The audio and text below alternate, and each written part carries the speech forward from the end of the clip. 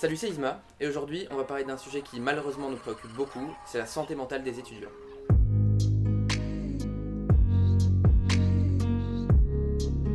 Bon, le tableau il est pas fameux, parce qu'on a des jeunes qui sont anxieux, déprimés, parfois même en colère depuis qu'on a annoncé le retour complet en distanciel. Pour beaucoup d'étudiants, c'est la douche froide et le malaise est palpable, comme le démontre une très récente étude de 3 universités belges. Cette étude, elle dresse les difficultés rencontrées par les 18-25 ans en période Covid.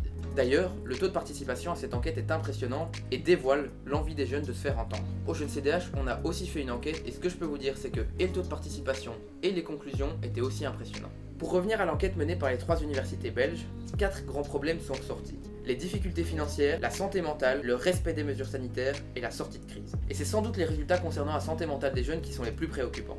D'après l'enquête, près de 95% des étudiants ressentent une fatigue mentale et physique. Et je vous vois venir avec vos a priori sur les étudiants. 95% c'est pas normal. Et c'est pas normal non plus que 50% des étudiants ressentent des symptômes d'anxiété et 55% de dépression. Une autre conséquence de cette crise, c'est la précarité étudiante. Aujourd'hui en Belgique, près de 10% des étudiants n'arrivent plus à subvenir à leurs besoins essentiels et 23% doivent faire très attention pour y arriver. Et quand je parle de besoins essentiels, on parle ici de se nourrir, de se loger et de pouvoir étudier en fait. Mais ces problèmes ils sont pas neufs. La crise, ça fait 1 an qu'elle dure. Mais aujourd'hui, on n'est pas là pour vous dresser un constat que tout le monde connaît. On n'est pas là pour vous expliquer ce que vous vivez, on est là pour vous proposer des solutions. Parmi ces solutions, il y a tout d'abord ce qu'a mis en place le gouvernement de la Fédération Wallonie-Bruxelles. En effet, c'est eux qui sont en charge des étudiants. Donc ils ont mis en place tout un tas d'aides, des aides psychologiques, des aides alimentaires, des aides à la réussite, des allocations, etc.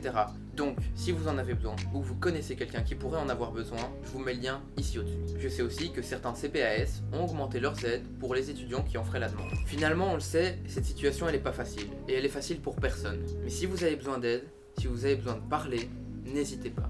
Des plateformes de soutien existent et elles sont là pour ça, je vais aussi vous les mettre en description. Mais en tout cas, et pour finir sur une note un peu plus positive, dites-vous qu'on sera heureux de retrouver nos auditoires qu'on trouvait avant si peu confortables. Prenez soin de vous, prenez soin des autres, et je vous dis à bientôt pour une nouvelle vidéo.